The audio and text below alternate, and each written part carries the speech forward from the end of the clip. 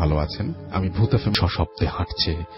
নানু প্রথমে ভাবলেন এটা তার মনের ভুল, কিন্তু ধূপধাপ সেই শব্দগুলো মানুষের হাঁটাহাঁটির আওয়াজটা বন্ধ না হয়ে ক্রমেই বেড়ে চলছিল। নানু তাড়াতাড়ি নতুন সলতে লাগিয়ে আলো জ্বালালেন।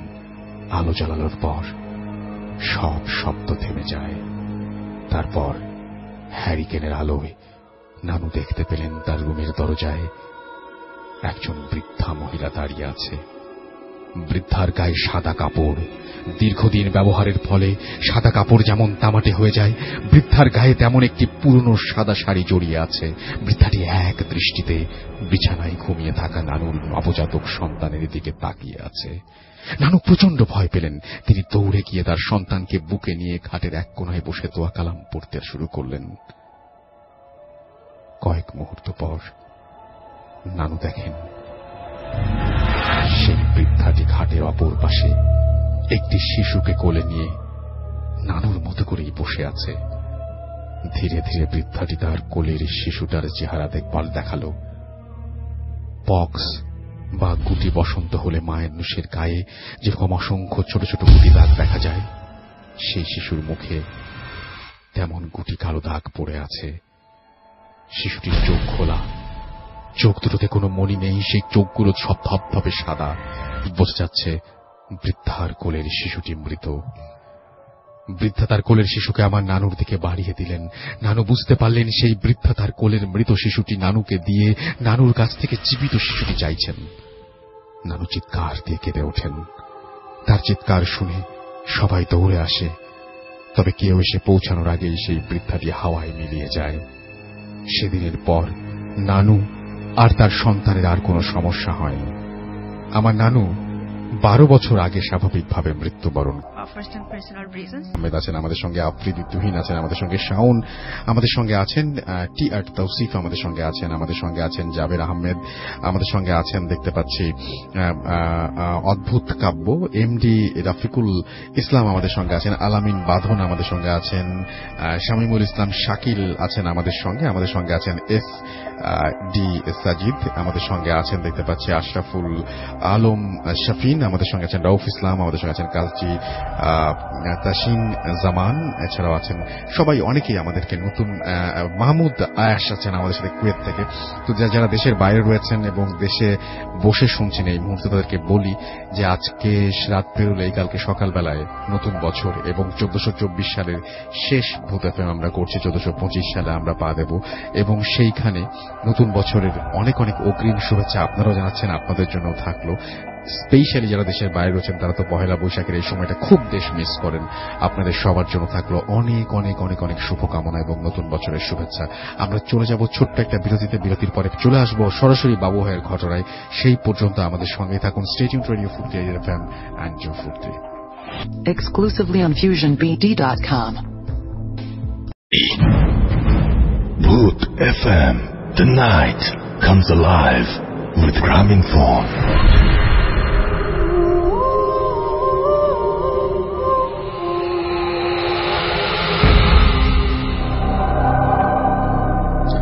Yes, the night comes alive with Graminphone. আপনারা শুনছেন রেডিও ফুর্তি এফএম। আমার সাথে রয়েছে মাসুম ভাই এবং আজকের অতিথিরা, এবং কোনো কথা হবে না আজকে যেহেতু অনেক ঘটনা, আরো গেস্ট আছেন আমাদের সাথে। সো আমরা সরাসরি চলে যাবো বাবু ভাইয়ের কাছে তার ঘটনায়। থ্যাংক ইউ রাসেল ভাই। প্রথমে সবাইকে বাংলা নববর্ষের শুভেচ্ছা। আই থ্যাঙ্কস ফর কামিং বাবু ভাই। মানে আমাদের আজকের ডেটা অনেক স্পেশাল এবং বাংলা নববর্ষ সামনে এবং আমরা আজকে শেষ বছরের শেষ দিন। একদম একদম মানে এক বছরের শেষ, একটা বছরের শুরু। যাক রাসেল ভাই, এই কাহিনীটা আমি বলবো, এটা হচ্ছে রুবায়েতের কাহিনী। রুবায়েত এর ছদ্মনাম, জাস্ট নাম একটা মানে বলার জন্য বললাম, কারণ কাহিনী অনেক সময় দেখা যাচ্ছে মানে অনেকে সিমিলারিটি ধরে ফেলে যেটা কার জীবনের কথা। এনিওয়েজ, রুবায়েত ও যখন নাকি ইউনিভার্সিটিতে পড়তো ওই সময় ওর অ্যাফেয়ার ছিল এবং অ্যাফেয়ার এক পর্যায়ে ওরা বিয়ে করে আর কি। তো বিয়ে করে, এটা নিজেদের অ্যাফেয়ার ম্যারেজ ছিল, ফ্যামিলি অনেকটা এটা মেনে নেয় না। সো শেষ পর্যন্ত আর কি মেনে নেয়। সো অ্যাকসেপ্ট করার পরে ও চলে যায় অস্ট্রেলিয়াতে, আর ওর ওয়াইফ থাকে। তো ওর ওয়াইফ ওর দাদা বাড়ি মানে রুবায়েতদের বাড়িতে চলে যায়। রুবায়েতের দাদা বাড়ি যেটা আর কি, যেখানে ওদের নিয়ে যায় ঢাকার বাইরে কোন একটা জায়গায়। এন্ড ওরা ছিল আর কি আপনার ফ্যামিলিগত ভাবে বেশ মানে একটু পশ পিপল, যাদের আর কি মানে বেশ ঐতিহ্যবাহী ফ্যামিলি ওখানে। আচ্ছা, বেশ বড় বাড়ি। তো ওখানে চলে যায়, ওখানে যা থাকে, এবং প্রথম দিকে ওর কাছে বেশ ভালোই লাগে বাড়িটা। খুব মানে সুন্দর বিশাল বাড়ি, বাড়ির সামনে দিঘি আছে, তারপর আরো অনেক কিছু আর কি বাসার সামনে, এবং রুবাইয়াতের আম্মা ওকে খুব কেয়ার করে নিয়ে। তো যেটা হয় যে ওই বাড়িতে যখন থাকে, তো দু একদিন পরে রুবাইয়াতের আম্মু আর কি বলে যে তুমি যদি ইউজ টু ফিল করো একা থাকতে, তাহলে তুমি একা থাকো রুমে। তো বলে যে আচ্ছা আমি একা থাকাটা বেটার ফিল করি, তার কাছে এটা মানে ভালো লাগে বেশি। সো ওকে একটা রুম দিয়ে দেওয়া হয়। রুমটা বেশ বড় একটা রুম, এবং আপনার ওপরতলায় আর কি, দোতলায় রুম, এবং বেশ ভালো ফার্নিশড এন্ড এভরিথিং। তো ওখানে যখন ও থাকে, রাতের বেলা ঘুমাতে যায়, তো ওর শাশুড়ি ওর সাথে অনেকক্ষণ গল্প গুজব করে লাস্টে রাতে চলে যায়। আচ্ছা, তো চলে যাওয়ার পর ওর হাজবেন্ডের সাথে কথা বলে ফোনে, কিছুক্ষণ ফোনে কথা বলে রাত্রেবেলা থাকে। কাজের মেয়ে আছে, বলে যে নক করলে দরজার বাইরে কাজের মেয়ে থাকবে। তো রাত্রেবেলা শুয়ে আছে, তো ঘুমায় গেছে আর কি। ফার্স্ট দিন যেটা সে ফিল করে, তো অনেক রাত্রেবেলা ও দেখতেছে যে হঠাৎ করে ঘুম ভেঙে যায়। যে ঘরের মধ্যে অসম্ভব ঠান্ডা, মানে বেশ শীত শীত। তো তখনকার যে সময়টা, এটা মানে শীতের সময় না আর কি, লাইক আপনার ঠান্ডাও না গরমও না, এরকম একটা সিচুয়েশন। এই সময় হঠাৎ করে বেশি ঠান্ডা, এবং ঠান্ডার জন্য বা একটা চাদর গায়ে নিয়ে নেয়। চাদর নেওয়ার পরে দেখা যাচ্ছে যে ওর ঠান্ডাটা মানছে না, বেশ মানে কাঁপুনি উঠে যাচ্ছে, এরকম অবস্থা।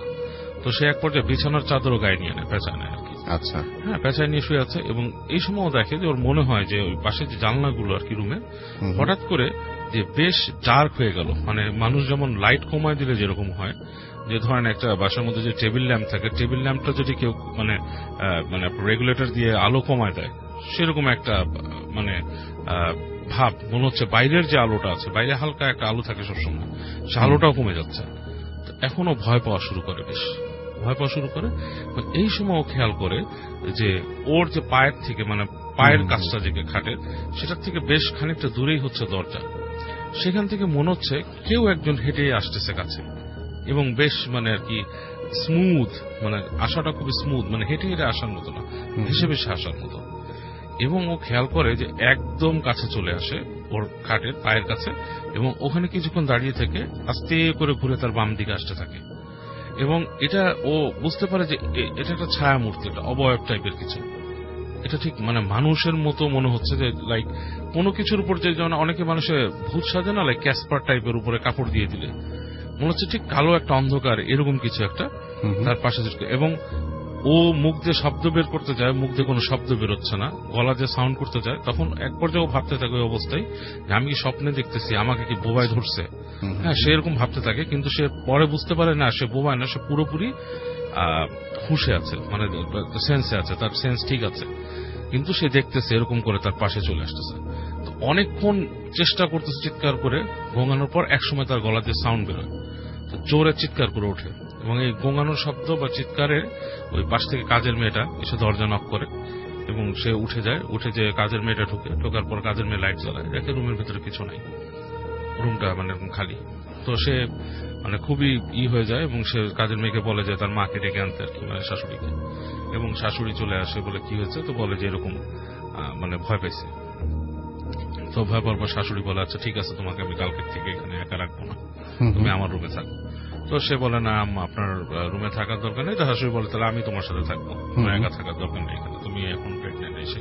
এবং শাশুড়ি বেশ জোর করেই বলে, সে বলতেছে যে আম্মু আমি আজকে ভয় পেয়েছি, কি হয়েছে, ইটস ওকে, হ্যাঁ এটা হয়তো আমি স্বপ্নে দেখছি। বলতেছে না তুমি থাকবো না, আমি একা থাকবো। তো যেটা হয় কি, যে ওদের বাসায় ওই একজন ওর দাদির সাথে একটা বোন টাইপের কেউ ছিল। সে এর পরদিন ওর ওয়াইফের সাথে কথা বলে, রুবাইয়াতের ওয়াইফের সাথে কথা বলে, গল্প করতে করতে বলে যে এই বাসায় তো অনেক স্টোরি আছে, এটা রুবাইয়াতের অমুক দাদা কিনছিল আরেক কিসের কাছ থেকে, অনেক পুরনো বাড়ি ছিল, সেটাকে তারা বাড়িটাকে রিনোভেট করছে, হ্যাঁ, এবং এইখানে অনেক ইতিহাস আছে, অনেক কিছু দেখে। এখানে গুপ্ত ধন, যে ওটা মঠ নাকি বলে সেটা ছিল, হ্যাঁ আচ্ছা, সেগুলো এখনো আছে, মানুষ বলে সেগুলো পাহারা দেয়, হ্যাঁ এই সেই। তারপর তার কোন দাদাকে নিয়ে গেছে, এরকম অনেক কাহিনী শোনা। এইসব কাহিনীতে সে না বেশ ভয় পেয়ে যায় আর কি।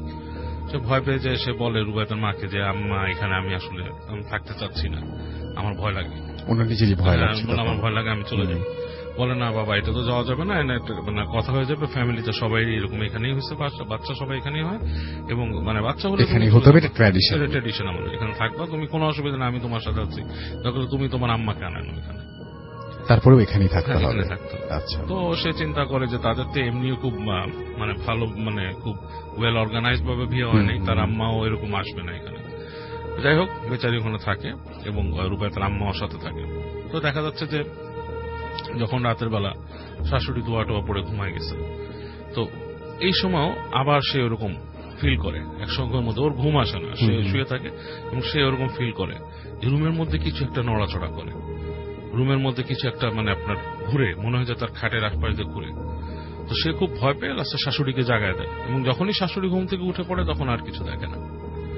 এবং তারপর এই জিনিসগুলো এত প্রকট হওয়া শুরু করে, ও ভয় পেতে থাকে, সবসময় বাথরুমে যেতেও ভয় পায়, এবং ওর শাশুড়িকে সে সবসময় বলে, তার শাশুড়ি পরে অনেকক্ষণ রাত জেগে জেগে দোয়াই পড়তো তার সাথে। তো এর মধ্যে একদিন যেটা হয় যে ওর শাশুড়ি ছিল না, সে সন্ধ্যার দিকে মনে হয় ঘুমাইছিল একটা রং টাইমে। তো এই সময় সে দেখে মানে ঘুমের মধ্যে সে ফিল করতেছে, মানে ঘুমটা যখন খুব পাতলা তখন ফিল করতেছে তার মুখের উপরে কেউ একজন ঝুঁকে আসছে, ঝুঁকে এসে বলতেছে যে তোমার পেটেরটা আমি নিয়ে যাব। ও মাই গড। হ্যাঁ, তোমার পেটেরটা আমি নিয়ে যাব। এরকম করে বলার পর সে ঝট করে ঘুম থেকে উঠে পড়ে, এবং তার ঘুম থেকে ওঠার পরে সে মনে করে যে কিছু একটা ছিল তার রুমে, কেউ একজন ছিল, চলে গেছে, এবং বেশ একটা বাজে একটা কেমন গন্ধ রুমের ভিতরে, খুব বাজে একটা গন্ধ। এবং ও যখন এটা করে, ও মানে দেখে যখন করে মানে আর কি উঠে বসে, এরকম দেখার পরে যে দরজাটা যে ছিল রুমের, ওটা ঠাস করে কেউ লাগায় দেয়, ইটস অ্যাজ ইফ লাইক কেউ দরজা জোরে স্ল্যাম করে লাগায় দেয়। সেটাতেও সে খুব ভয় পায়, এবং সে উঠে যায়, সে ঘর দরজা খুলে দেয়, কেউ নেই আশেপাশে, এবং সে আবার ডাকে শাশুড়িকে, এবং সে একটা মানে সিচুয়েশন ক্রিয়েট করে যে আমি এখানে থাকবো না, আমি এরকম শুনছি, এরকম সবাই ভয় পায়। যাই হোক, ওকে নিয়ে আসে, আনার পরে ওকে শান্ত করার চেষ্টা করে, এবং ওর হাজবেন্ডকে বলা হয় যে তুমি পারলে রাত্রে আসো, কাজ ওই বলে যে তুমি আসো, আমি এখানে ভয় পেতেছি। যাই হোক, রুবাইয়াত অস্ট্রেলিয়া থেকে চলে আসে ওখানে। আসার পরে দেখা যাচ্ছে যে রুবাইয়াত যখন ব্যাক করছে, ও সামহাউ কিছু মানে ধর্মীয় বা ইসের সাথে মিশে, যেমন ওই যে তাবলিগ টাইপের কিছুর সাথে মিশে সে বেশ মানে একটু মুসল্লি হয়ে গেছে আর কি। He turn into a different pious person. হ্যাঁ, মানে আগের মতো, আগে যেরকম হয়তো রক মিউজিক শুনতো, ইটি করতো, ওরকম নাই, মানে অনেকটাই চেঞ্জ হয়ে গেছে। তো জিনিসটা শুনে বলে যে মানে আমি ব্যাপারটা হ্যান্ডেল করতেছি, কি হয়েছে। রুবাইয়াত যখন আসে তার ওয়াইফকে বলে যে তুমি ঘুমাও রাত্রে, আমি আসি। তো হাজবেন্ড আসার পর ওর তো সাহস বেড়ে যায় অনেক, সে তো আর ওটা নিয়ে ভয় করে না, ও রিল্যাক্সলি ঘুমায়।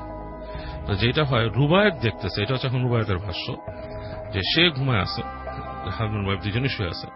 রুবাইয়াত রাত্রেবেলা দেখে যে ওদের যে বাথরুম, সে বাথরুম থেকে কেউ একজন বের হয়েছে, বের হয়ে লাইক দরজা কিন্তু খুলে বের হয়েছে।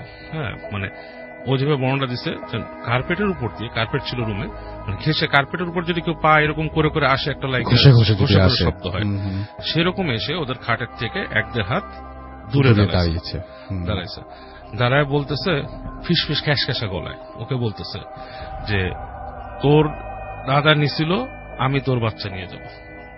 আচ্ছা, হ্যাঁ, এরকম একটা কথা তাকে বলতেছে, এবং ও কথাটা শুনতেছে। তো রুবাইয়াত যেটা হয়, সে তো এখন অনেক মানে আসলে পায়াস হয়েছে, এবং অনেক কিছু সে মানে আমল করে, সে তখন বলে যে তুমি কি আমি জানি না, হু আর ইউ। হ্যাঁ, মানে ধর্মীয় বলে যে আমিও আল্লাহর সৃষ্টি, তুমিও আল্লাহর সৃষ্টি। হ্যাঁ, তুমি কিন্তু নিজে কেউ না, ইউ আর নোবডি। তুমি যদি এত সাহস থাকে আমার সামনে আসো, I want to see you, আমার সামনে এসে দেখা দাও, আর এখান থেকে তুমি চলে যাও। তুমি আমাকে বদার করা কোনো আল্লাহর সৃষ্টিকে কিছু করার তোমার ক্ষমতাও নেই। হ্যাঁ, আমি দোয়া পড়ে আমার ওয়াইফকে বন্ধ করেছি, আমার সন্তান। তো ওই দিন নাকি চলে যায় ফস করে, ওখান থেকে আর করে না। বাট এরকম কিছু তাকে প্রবলেম করতেই থাকে। তো রুবাইয়াত সিদ্ধান্ত নেয় যে ঘটনাটা কি সে দেখবে। সে একদিন তাদের যে ওই লাইব্রেরি আছে, উপরে একটা লাইব্রেরি ছিল পড়ার, তাদের ওখানে যায়। ওখানে যে সে এরকম মানে ওখানে নামাজ কালাম পড়ে, সে বলছে তার দাদা বলছে হুজুর নিয়ে আসবে, সে বলছে আমার হুজুর টুজুর লাগবে না, আমার সন্তান ডিস্টার্ব হচ্ছে কোনো ব্যাপার, আমি দেখবো। সে লাইব্রেরিতে পড়ে বসে সে ওখানে দোয়া টোয়া পড়ে সে কল করে, সে বলে যে আমাকে কেউ ডিস্টার্ব করতেছে এই বাসায়, এবং এসে আমার ওয়াইফকে ডিস্টার্ব করতেছো, আমাকে অনেক কিছু বলতেছো, আমি তোমাকে দেখতে চাই। তো ও হঠাৎ করে তখন লাইব্রেরি রুম খুব একটা মানে আলো ছিল না, হালকা আলো জ্বলতেছে, এই সময় সে শব্দ পায় যে ওই পিছনে ওই বই শেলফের ওখান থেকে খড়খড় খড়খড় শব্দ হচ্ছে। তারপর সে দেখে একটা ছায়া টাইপের কিছু একটা আসছে, অন্ধকার, ঠিক আলোর কাছে এসে দাঁড়ায় আছে। তো আরো বলে সামনে আসতে, এবং আসার আলোর একটু দিকে সে দেখে যে একটা চেহারা, সে বুঝতে পারে যে একটা খুব রিঙ্কেল চেহারা, একটা বুড়া মানুষ, বুড়া মহিলা, হ্যাঁ, এবং তার চুল টুল এলোমেলো ভাবে আছে, এবং সে ওখানে দেখে যে মুখটা হা করা, জিভ বের হয়ে কথা বলতে বাঁকা করে। তো ও দেখে রুবায়েত ভয় পায় ঠিকই, মানে মানুষ তো এরকম একটা অতিপ্রাকৃত কিছু দেখলে ভয় পায় ঠিকই, কিন্তু সে বলে তুমি এখানে কি চাও, তুমি আমাকে কেন ডিস্টার্ব করতেছো? সে বলে আমি তোমার ইকে নিয়ে যাব, তোমার দাদা আমার সন্তানকে কয়েকজনকে আটকাইছিল এবং তাদেরকে সে এখান থেকে বন্দি করে পাঠাই দিছে। তার দাদা মানে দাদা হচ্ছে পায়াস ছিল অনেক, বলছে আমি তোমার সন্তানের ক্ষতি করব। সে বলছে তুমি পারবা না, প্রথমত তুমি এটা সম্ভব না, কারণ তুমিও একজনের সৃষ্টি, আল্লাহর সৃষ্টি, আমি আল্লাহর সৃষ্টি, তুমি জানো এটার পানিশমেন্ট কি হয়, আর আমার সন্তানের সাথে তোমার কোনো শত্রুতা নেই, সেটা তুমি আমার দাদার সাথে বুঝতে পারতা কি হয়েছে, আমার সাথে না। যার অন্যায় তার কাছে, তুমি আমারটা পারবা না, আমি আল্লাহর নামে তোমাকে বলছি তুমি চলে যাও। এবং এটাকে রুকিয়া বলে, মানে এই প্রসেসটাকে, এবং সে সাকসেসফুলি কিন্তু রুকিয়া করে, সে করে সাকসেসফুলি এবং নিজেই করে, এবং এটা কিন্তু করা সম্ভব, এও বলছে, এবং আমি নিজেও জানি এটা করা সম্ভব, ইউ ক্যান ডু দ্যাট। আচ্ছা, আমি এই টার্মটাই জানতাম না। এবং তার সাথে সে তর্কে তাকে পরাস্ত করে সে, এবং কিছু সে মানে এরকম আল্লাহর কালাম বলে তাকে শেষ পর্যন্ত ওখান থেকে সরে যেতে বাধ্য করে। সে তার ওয়াইফকে কিছু নিজেই ট্রিটমেন্ট দেয়, এবং তার সন্তান হয় আলহামদুলিল্লাহ, এবং তার সন্তানের কিছুই হয় না আলহামদুলিল্লাহ, এবং মানে দে আর সেফ।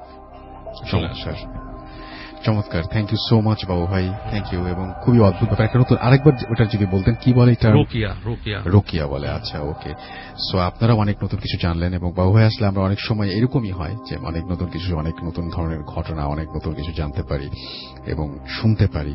তো আজকে চমৎকার একটা ঘটনা উনি শেয়ার করলেন, এবং আজকে কষ্ট করে যে উনি এসছেন এবং আমাদের সাথে ঘটনা শেয়ার করলেন, সেজন্য অনেক অনেক থ্যাঙ্কস জানাচ্ছি। বছরের শেষ যে ভূত এফএমটা বাংলা মানে 1424 সালের সেই ভূত এফএম শুনছেন আপনারা, এবং আরো দুজন নতুন অতিথি আছেন যাদের কাছে চমৎকার ঘটনা রয়েছে, সেই ঘটনা শুনতে অবশ্যই আমাদের সঙ্গে থাকবেন। তারা একেবারেই নতুন, একজন এসছেন না, সেটা মনে হয় ওনারা এসেই পরিচয় দিন।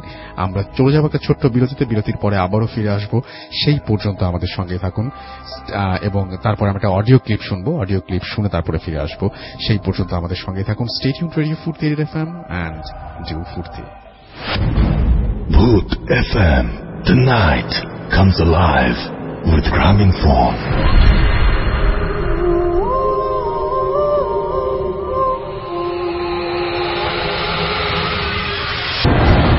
আসসালামু আলাইকুম রাসেল ভাই, আমি রাইসুল বলছি।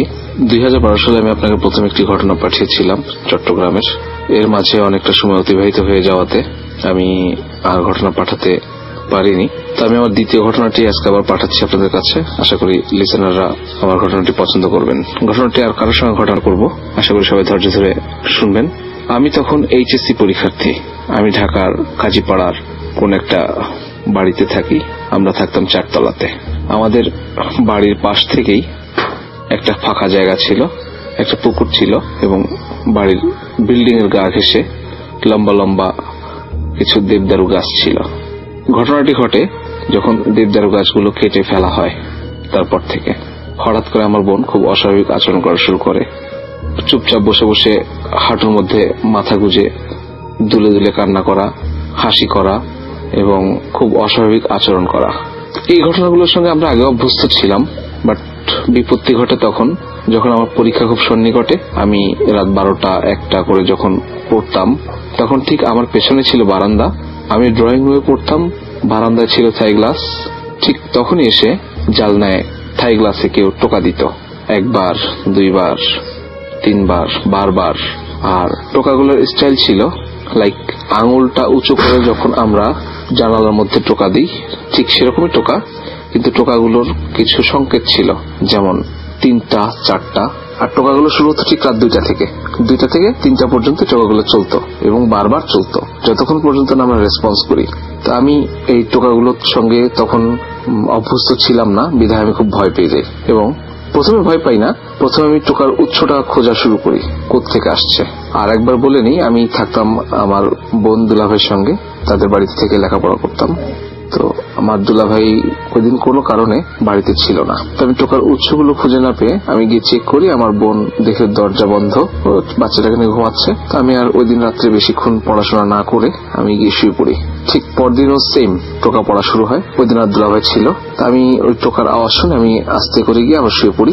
আমি ওই দিন বেশি রাত পর্যন্ত পড়ি না। ঠিক তার 5 থেকে 10 মিনিট পর আমার দুলাভাই উঠে এসে আমাকে ডাকে যে বাসায় বোধহয় চোর এসছে, আসো, বারান্দার দরজায় টোকা দিচ্ছে।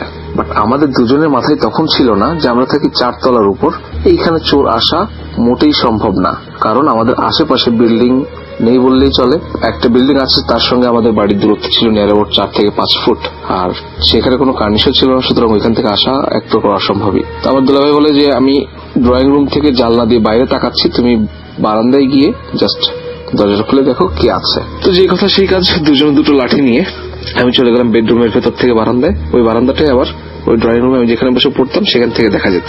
আমার বোন বারবার মানা করছিল যে বারান্দার দরজাটা খোলার দরকার নেই, কিন্তু আমি তখন ওর চেহারা এবং ওর গলার ভয়েস আমি দুটোর দিকেই কর্ণপাত না করে আমি দরজাটা জাস্ট খুলে বারান্দায় গিয়ে 2-1 চক্কর দিয়ে এসে দেখি যে আসলে বারান্দায় কিছু নেই। আর বারান্দাটার বর্ণনা একটু দিই। বারান্দাটা ছিল ড্রয়িং রুমটা ঠিক যতটা বড়, মাথা পর্যন্ত, এই পাশ থেকে আরো প্রায় 2.5 ফুট 3 ফুট এই রুমের দরজা, এই রুম থেকে যেই দরজাটা গিয়েছে আর কি, আর প্রশস্ত ছিল 3 ফুট। সো এই পর্যন্ত আমি প্রদক্ষিণ করে আস্তে আস্তে যতটা সময় হয়ে গেছে, এসে দেখি আমার বোন সে স্বাভাবিক পরিস্থিতিতে নেই। যে পরিস্থিতি ছিল সেটা দেখে আমি নিজেই অবাক হয়ে যাই। আমার বোন ফ্লোর থেকে কমসে কম 1 থেকে 2 হাত উপরে, যদি আমরা সেটা বলি 3 ফুট উপরে ফ্লোর থেকে। ততক্ষণ আমার দুলাভাই ঘরের ভেতর চলে এসে ওই কাণ্ড দেখে সেও ভয়ে থরথর করে কাঁপা শুরু করছে। আমিও এক প্রকার অস্বাভাবিক হয়ে পড়ি যে কি হচ্ছে। আমার দুলাভাই যখন আমার হাত চেপে ধরে বলে এটা কি হচ্ছে, সে তাকে স্বাভাবিক করার জন্য আমি নিজে থেকেই অন্তরের ভেতর থেকে ভয় কাজ করতেছে, কিন্তু মুখের মধ্যে খুব জোরে একটা আওয়াজ করি, নিচে রাখ, এরকম একটা আওয়াজ করি। তখন আমার বোন ওই ভাসমান অবস্থায় বলতেছিল যে তোদের প্রত্যেকটাকে আমি মেরে ফেলবো, আমার কথা কেন শুনলি না, দরজাটা কেন খুললি। তো ওইরকম অবস্থা দেখে আবার চিৎকার করি যে নিচে রাখ।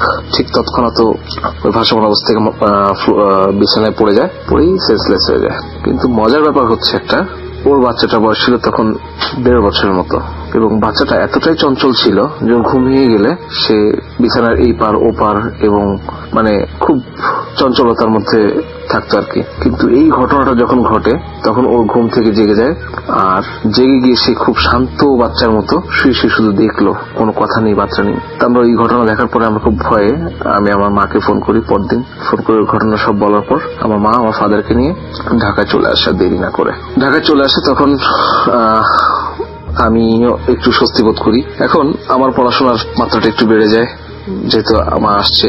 মাকে জাস্ট আমি ড্রয়িং রুমে একটা সোফার উপরে শুয়ে রেখে আমি পড়তে থাকি, আমার ফাদার আমার রুমে গিয়ে শুয়ে থাকে। মোটামুটি ঘরের ভেতর লোক সংখ্যা যেহেতু বেড়ে গেছে, আমাদের মনে সাহস সঞ্চার হয়েছে। তো ঠিক যেই সময়ে ডিস্টারবেন্সটা শুরু হয়, ঠিক সেই সময় শুরু হয়ে গেল 2টা থেকে 3টার মধ্যে আর কি নক করা শুরু হয়। তখন আমার মাকে বললাম, আমার মা বললো যে তুমি ঘরে চলে যাও, ঘরে গিয়ে পড়ো। সে আয়াতুল কুরসি পড়ে গায়ে ফুটো দিয়ে ঘর চতুর্দিকে বন্ধ করে, কিন্তু কোনোটা হচ্ছে না। এর মধ্যে একদিন আমাদের বাড়ির মালিকের যে ড্রাইভার, সে আবার ছাদে থাকতো। সে সকালবেলা আমাকে দেখে বলছে, মামা কাজ ছেড়ে চলে যাচ্ছি। আমি বললাম কেন? আমি জিজ্ঞাসা করলাম কেন চলে যাচ্ছে। তো আমি আপনাকে একটা কথা বলি, এটা কাউকে বলার দরকার নেই, আপনি শুধু জেনে রাখেন। আমি গতকাল ছাদে যখন শুয়েছিলাম, মানে ছাদে ওনাকে ছোট্ট একটা জায়গার মধ্যে লাইক 4-5 ফুট থেকে 6 ফুট একটা জায়গা স্কোয়ার করে নিয়ে ওনাকে একটা রুম করে দেওয়া হয়, এখানে জাস্ট উনি একাই থাকতে পারবে এইরকম। তো উনি নাকি 2:30-3টার দিকে যখন ওনার ঘুম ভেঙে যায়, উনি আবার একটা নেশা করতো, নেশাটা হচ্ছে গুল ব্যবহার করতো উনি। তো মুখে গুল দিয়ে উনি থুতু ফেলার জন্য জাস্ট ছোট একটা ভেন্টিলেটর, বাথরুমে যেরকম ভেন্টিলেটর থেকে ওরকম একটা ভেন্টিলেটর দিয়ে ওরা একটা জানলা করা ছিল, ওইটা খুলে উনি থুতু ফেলতে যায়, তখন দেখে উনি দেখছে নাকি একজন মানুষ হাঁটতেছে কিন্তু তার অবয়বটা এমন যে তার কোনো মাথা নেই, এবং সে ওইটা দেখে ওই অবস্থাতেই জানলাটা জাস্ট লাগিয়ে দিয়ে ভেতরে উনি এক প্রকার গুটিসুটি মেরে খুব ভয়ে ওখানে রাতটা অতিবাহিত করে ভোর হলেই সে বাড়িওয়ালাকে বলে যে চলে যাবো, আমি এই অবস্থা। এর মাঝে ঘটনা ঘটতেছে, আরো অনেক ঘটনা ঘটতেছে, সময় অনেক বেশি নিয়ে ফেলছি। যাই হোক, তার মধ্যে একদিন একটা ঘটনা ঘটে এরকম যে আমরা সবাই শুয়ে আছি, আমি শুয়ে আছি, আমার মা শুয়ে আছে পাশে। আমার ফাদার তখন উনি স্মোকিং করতেন, তো উনি জানলার কাছে বসে রুমে বিছানায় কর্নারে বসে উনি সিগারেট খাচ্ছিলেন, জানলার বাইরে হাতটা বের করে দিয়ে। এর মধ্যে উনি খেয়াল করেন যে খুব জোরে একটা বাতাসের ঝাপটা জানলায় এসে লাগলো এবং বাতাসটা ভেতরে ঢুকে কোন একটা অভাবে হয়ে হেঁটে চলে যাচ্ছিল। তো আমার ফাদার এটাতে ওই অভাবটাকে ফলো করেন, ফলো করতে করতে গিয়ে দেখেন আমার বোনের দরজায় গিয়ে অভাবটা মিলিয়ে যায়, এবং উনি ওই দিন রাত্রে খুব ভয় পেয়ে যান, কাউকে কিছু বলেন না। পরদিন সকালে বলেন যে আমাদের এইটাই এরকম কোনো কিছুতে হবে না, এটাতে কোনো একটা হুজুর লাগবে বা ঘর বন্ধ দেওয়া দরকার। আবার ঠিক যেদিন আব্বাই ঘটনা বলছে তারপরে ওই দিনই সন্ধ্যায় যখন আমার দুলাভাই বাড়িতে আসেন, ঠিক উঠতে পথে বাড়িওয়ালা থাকতো 3 তলা, তো ওনার বাচ্চাটাকে সিঁড়ির ঘরে বসে খাওয়াচ্ছিলেন রাত 8টার দিকে। তো উনি যখন সিঁড়ির এক প্রান্ত থেকে অন্য প্রান্ত, মানে একটা সিঁড়ি পার হয়ে আরেকটা সিঁড়িতে চলে, তখন বাচ্চাটাকে দেখে উনি বলে কি খবর বাবু, কেমন আছো, এরকম ইয়ে করে। তখন বাচ্চাটা খুব ভয় পেয়ে যায় এবং এই ভয় পাওয়াতে বাচ্চাটাকে প্রচুর জ্বর চলে আসে। তারা একটা হুজুর ডাকে, হুজুরটা সাম বংশাল থেকে কোথা থেকে আসে হুজুরটা। তো হুজুরটা আসাতে যখন বাচ্চার জ্বর, তারপরে ওই ড্রাইভার উপরে এটা দেখলো, তো আমিও হুজুরকে বললাম যে আপনি আমার বাসায় একটু আসবেন, আমার বোনেরও কিছু প্রবলেম হচ্ছে। তো হুজুর গেল।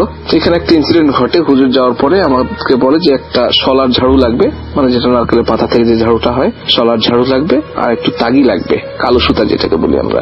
আমি যেই কথা সেই কাজ ব্যবস্থা করে দিলাম। তো হুজুর আমাকে বললো যে আপনি ঘরে আসবেন না, ওনার হাজবেন্ডকে পাঠান। আমি বললাম দেখেন ওনার হাজবেন্ড না, আমাকেই ডাকেন, কারণ আমি যতটা ইয়ে করতে পারবো উনি ততটা আপনাকে সহযোগিতা করতে পারবে না। বলছে না, এখানে হাজবেন্ডকেই লাগবে। ঠিক আছে, হাজবেন্ডকে নেন। তো আমাকে রুমে ঢুকতে দিল না, আমি ড্রয়িং রুমে বসাচ্ছিলাম সোফায়, কারণ আমি জানি কিছু একটা ঘটবে। তো হুজুর যখন ওনার গায়ে সুরা পড়ে পড়ে ফু দিচ্ছিল, আর দুলাভাইকে বলছিল যে আপনি ঝাড়ু দিয়ে গায়ে বুলাই দিবেন আগা মাথা পর্যন্ত, পা থেকে মাথা পর্যন্ত, মাথা থেকে পা পর্যন্ত বুলাতে থাকবেন, আর হুজুর ফু দিয়ে তাকে গিরা দিচ্ছিল। ঠিক এই মুহূর্তে আমার বোন ঠিক বাহুবলীর মতো উঠে হুজুরকে কলারটা ধরে হাত দিয়ে উঁচু করে আলমারি মাথায় উঠে ফেলবে এরকম করে। হুজুর তো কোনো মতে ছাড়ায় ছুড়ায় এখান থেকে পালায় যে বাড়িওয়ালার ঘরে গিয়ে ঢুকলো, গিয়ে এবার বাড়িওয়ালাকে সব বলে দিল যে প্রবলেম ওনার মধ্যে, এর থেকে প্রবলেম হচ্ছে। পরে আমি আবার গেলাম হুজুরকে বললাম যে কি অবস্থা। তো হুজুর বলছে যে আমি আজকে কিছু করতে পারবো না, কারণ আমার সঙ্গে আজকে আমার প্রয়োজনীয় জিনিসপত্র নাই, তবে আমি একটা তাবিজ পাঠিয়ে দিব আপনাকে। যাই হোক, পরবর্তী উনি সেই তাবিজ আর পাঠায় নাই। প্রবলেম আরো প্রকোপ হতে শুরু করলো। আশেপাশে ভাড়াটিয়ারা খুব ভয়ে তটস্থ থাকতো, তো মোটামুটি ধরে নিল যে আমাদের জন্য তাদের প্রবলেম হচ্ছে। তো আমি বাড়িওয়ালাকে নোটিশ দিয়ে দিলাম যে আমরা চলে যাব। বাড়িওয়ালা খুব খুশি। যাই হোক, পরে আমি প্রবলেম সলভ করলাম। আমি ওকে খুলনায় কোনো এক ভালো কামেলের কাছে নিয়ে উনি প্রবলেম সলভ করে দিল। বাট প্রবলেমটা অ্যাকচুয়ালি আমার বোনের যেটা ছিল ছোটবেলা থেকে, ও যখন অনেক ছোট, লাইক 7-8 বছর বয়স, তখন থেকে প্রবলেমটার সূত্রপাত হয় আমাদের বাড়ি অ্যাকচুয়ালি খুলনাতে। আমাদের বাড়ি ছিল টিবি বাউন্ডারি রোডে, সে বাড়িতে এখনো আছে। আমাদের বাড়ির পাশে ছিল এক হুজুরের বাড়ি, সে হুজুরের ওয়াইফের সঙ্গে ছিল নিয়ার অ্যাবাউট অনেকগুলা জিন, যতটুকু শুনেছি। আমাদের এখান থেকে নোয়াপাড়া পীর সাহেব যখন আসছিলেন ওনার এই জিনগুলো ছাড়ানোর জন্য, তখন আমার বোন আমাকে কোলে করে নিয়ে ওই জিন ছাড়ানো দেখতে যাচ্ছিলেন। তারপর থেকেও এটা দ্বারা প্রভাবিত, অনেকদিন হসপিটালেও ছিল। আর মোটামুটি এখন আমার বোন পুরোটাই স্বাভাবিক, এইরকম কোনো সমস্যা নেই। তো রাসেল ভাই, আমার ঘটনা এতটুকুই, আশা করি আপনাদের ভালো লাগবে। ধন্যবাদ লিসেনার, ধন্যবাদ রাসেল ভাই, আসসালামু আলাইকুম। Bhoot FM. The night comes alive with Graminphone.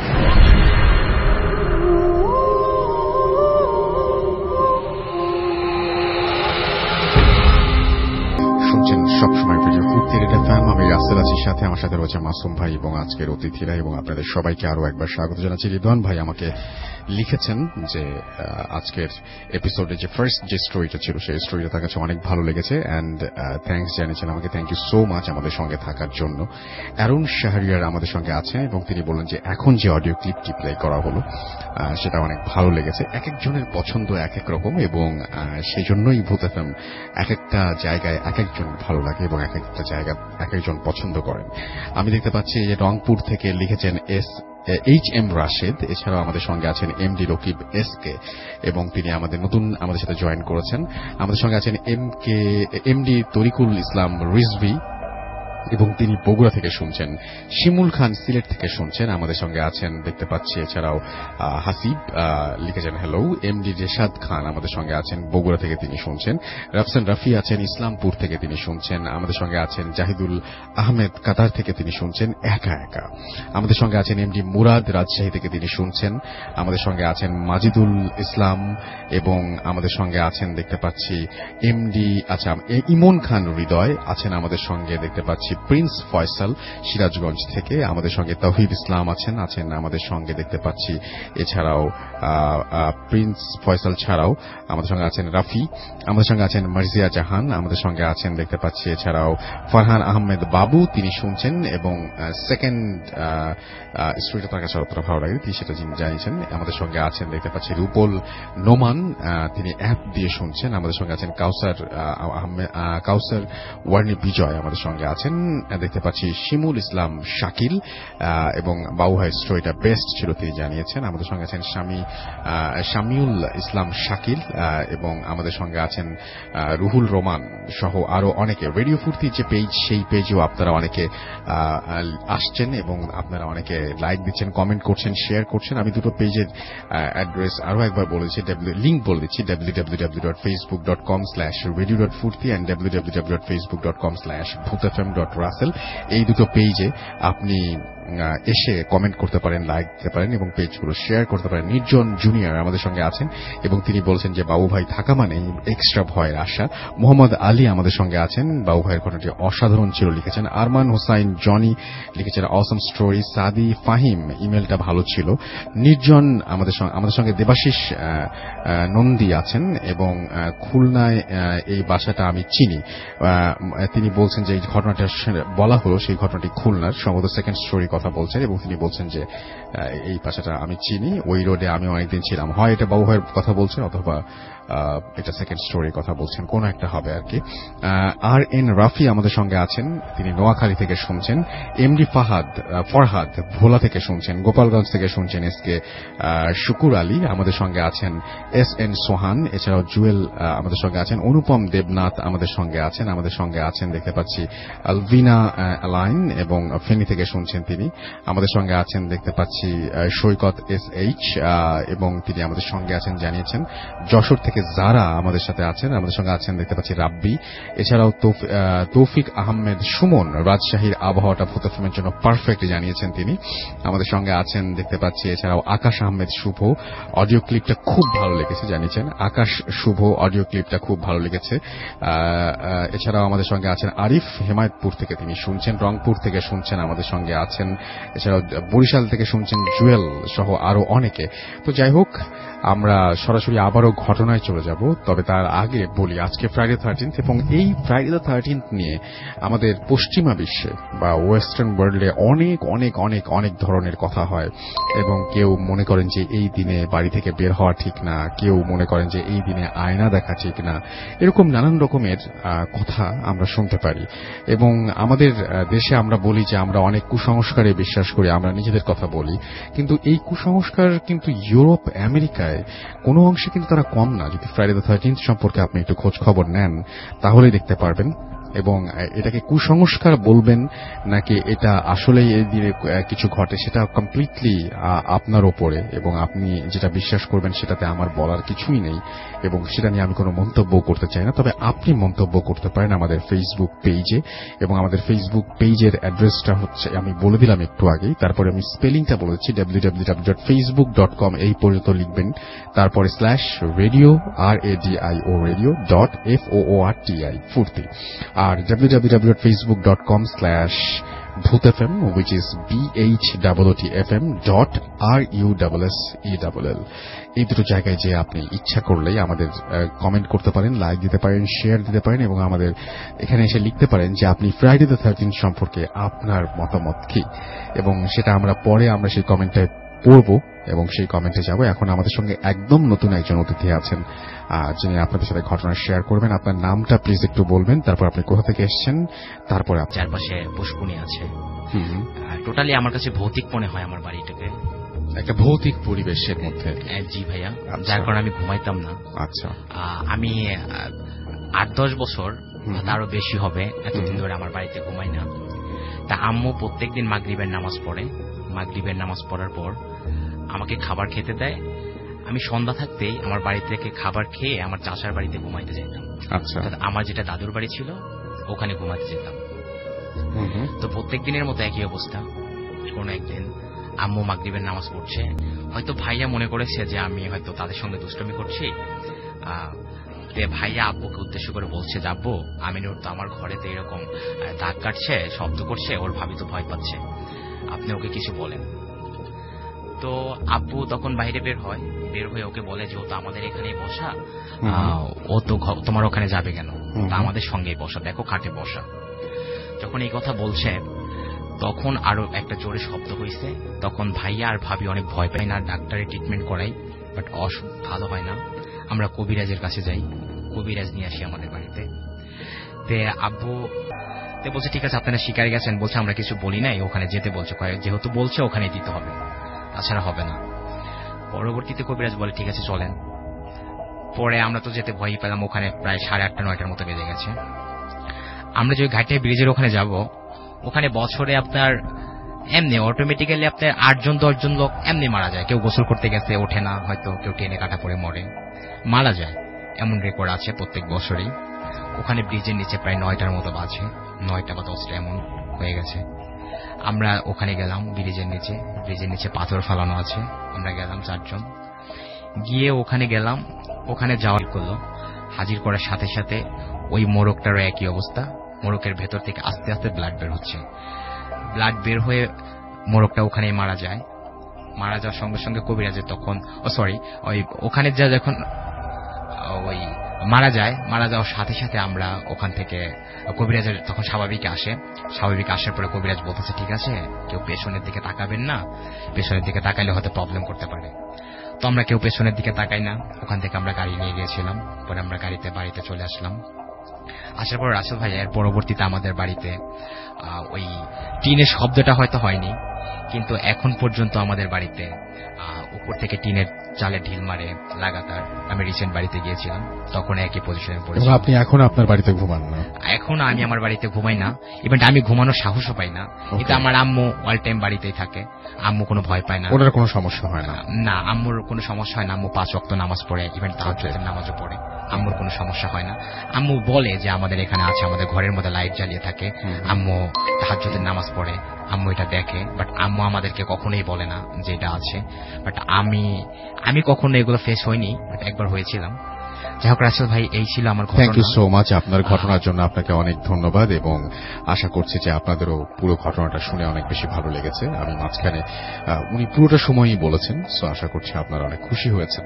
এখন যেটা করব সেটা হচ্ছে একটা ছোট্ট বিরতি নিব, এবং বিরতির পরে আমরা চলে যাব আবার আর একটা ঘটনায়। আমাদের আরো একজন নতুন অতিথি আছেন তার কাছে, এবং চেষ্টা করব আরো একটা ইমেইল আপনাদেরকে শোনাতে। সো পুরোটা সময় আশা করছি আমাদের সঙ্গেই থাকবেন। স্টে টিউনড রেডিও ফুর্তি রেড এফএম এন্ড ডু ফুর্তি। Exclusively on FusionBD.com. Bhoot FM. The night comes alive with Graminphone.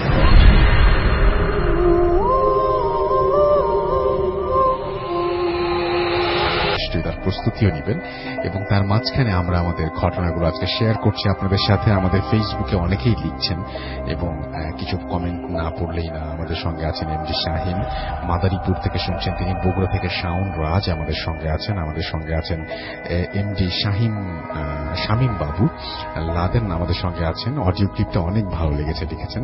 আমাদের সঙ্গে আছেন দেখতে পাচ্ছি শরীফুল ইসলাম সজীব, I love Bhoot FM, thank you so much আপনাদের ভালোবাসার জন্য এই ভূত এফএম।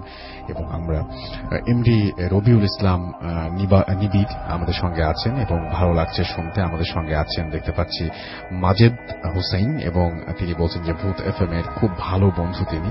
আহমেদ রেমাল আমাদের সঙ্গে আছেন এবং তিনি খুব চমৎকার একটা কথা লিখেছেন যে বসন্তের বিদায়ী হাওয়া চৈত্র সংক্রান্তির এই মুহূর্তে নতুন বছরের প্রথম দিনকে হাতছানি দিয়ে ডাকছে।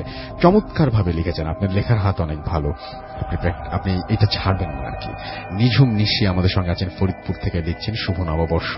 আমাদের সঙ্গে আছেন অমিক খান, রাজশাহী থেকে শুনছেন তিনি। আমাদের সঙ্গে আছেন দেখতে পাচ্ছি ফয়সাল হাসান, এছাড়াও আমাদের সঙ্গে আছেন দেখতে পাচ্ছি ফারিহা আনামুল, আমাদের সঙ্গে আছেন এবি সরকার, এছাড়াও এমডি রবিউল ইসলাম আমাদের সঙ্গে আছেন। আমাদের সঙ্গে আছেন দেখতে পাচ্ছি জাহিদ হাসান, আয়রা মাওয়ান নাবিল আমাদের সঙ্গে আছেন। আমাদের সঙ্গে আছেন দেখতে পাচ্ছি চয়ন সরকার, এবং তিনি বলছেন যে একটু আগে যে ঘটনাটি তিনি শুনলেন সেটি খুব চমৎকার ছিল। এটা 7 মিনিট আগের কমেন্ট, সো মোস্ট প্রবাবলি এটা অডিও ক্লিপ হতে পারে।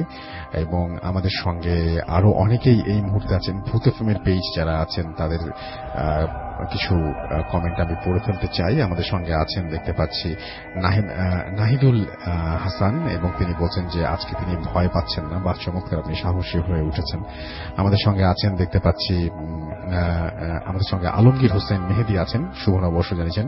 আরিয়ান আহমেদ আছেন আমাদের সঙ্গে, কক্সবাজার থেকে শুনছেন। সুমির বিশ্বাস জয় আমাদের সঙ্গে আছেন, এবং আশুলিয়া থেকে তিনি শুনছেন। ও মাই গড, আশুলিয়া আর অস্ট্রেলিয়া এত কাছাকাছি। আমাদের সঙ্গে আফরিন তাবাসসুম মায়েশা আছেন, এবং আমাদের সঙ্গে আছেন দেখতে পাচ্ছি ফারহান আহমেদ বাবু আছেন, মাহবুব রহমান, এছাড়াও শেখ সাদি আমাদের সঙ্গে আছেন, রউফ ইসলাম আছেন, আমাদের সঙ্গে আছেন সাদ অনিক সহ আরো অনেকে।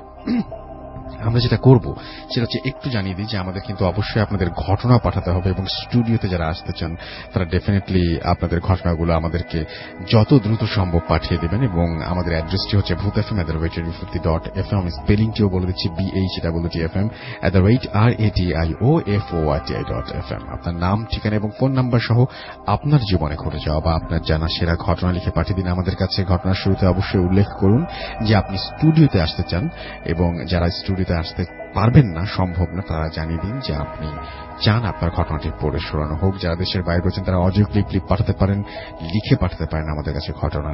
আমি হয়তো দেশের বাইরের আরো একটা ঘটনা পড়বো আজকে যদি সময় পাই। এখন আপাতত নতুন আরেকজন অতিথি আছেন, তার ঘটনায় চলে যাব। আপনার নামটা প্লিজ একটু বলবেন, কোথা থেকে এসেছেন, তারপর আপনার ঘটনায় যাব। হাই ডিয়ার লিসেনার, সবাইকে নববর্ষের শুভেচ্ছা। আমি শাকিল, এসছি মাতুয়াল যাত্রাবাড়ি থেকে।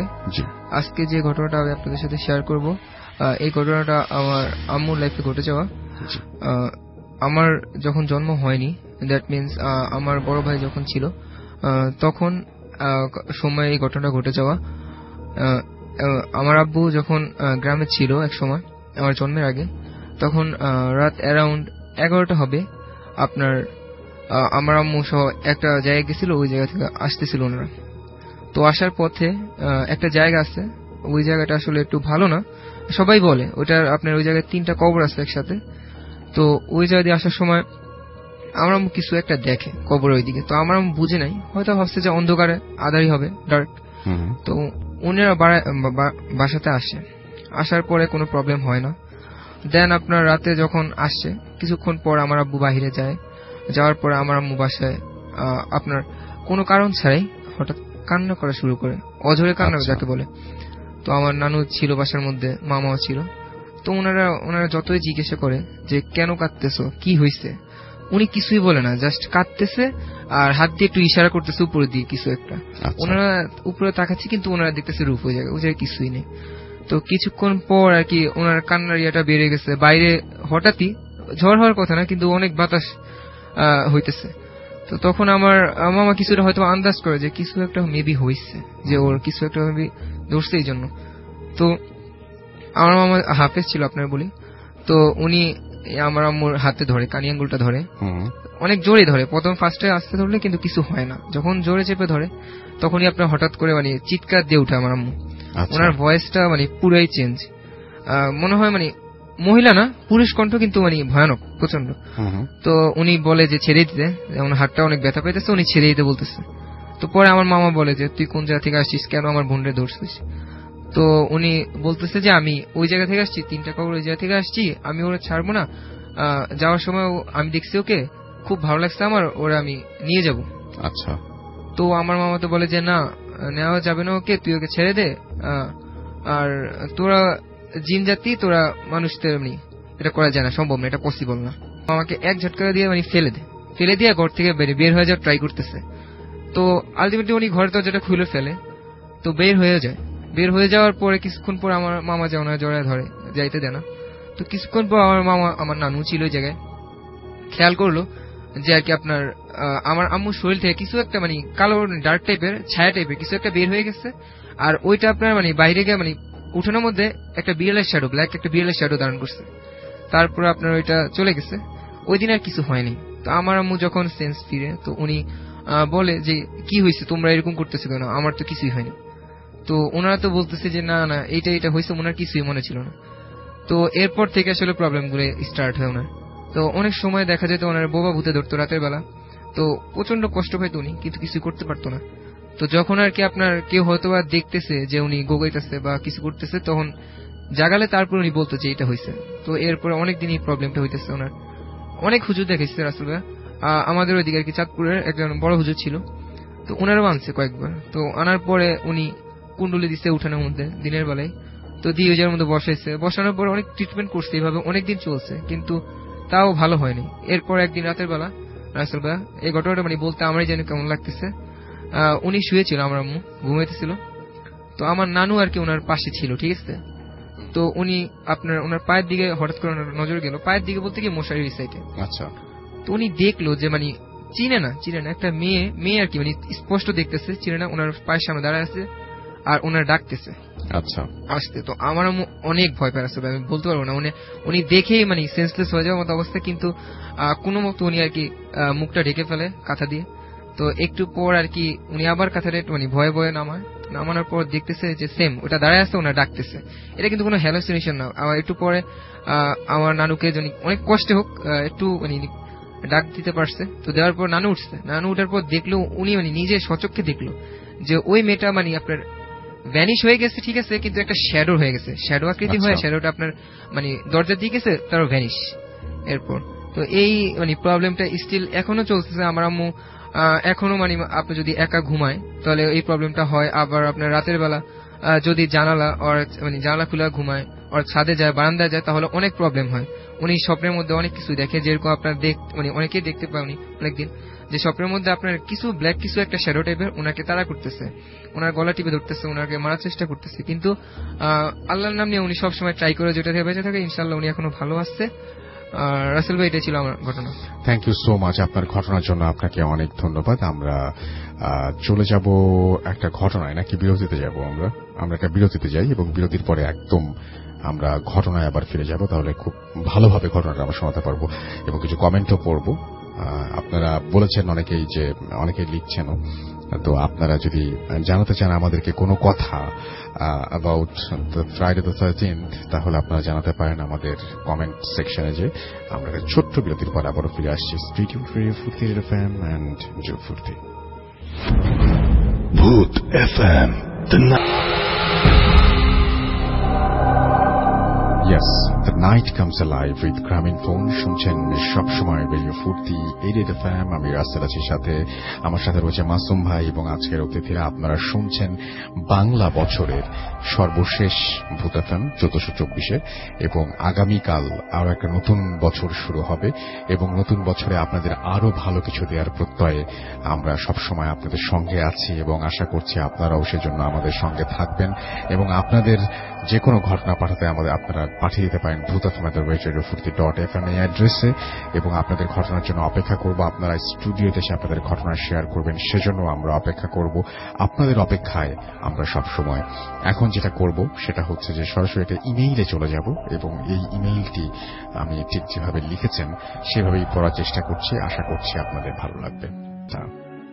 Exclusively on FusionBD.com.